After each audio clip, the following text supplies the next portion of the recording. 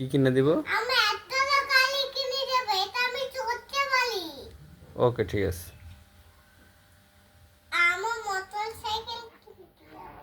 হুম। বাবা আমারটা মোটরসাইকেল কিনে দিও।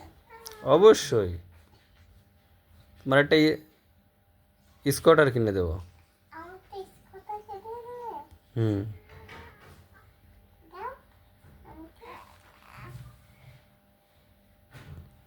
ও বাবা, হ্যাঁ। এখানে বাবা এখানে তোমার ছবি আছে এখানে। ডাইপারে কেউ ছবি আঁকে? হ্যাঁ। হুম।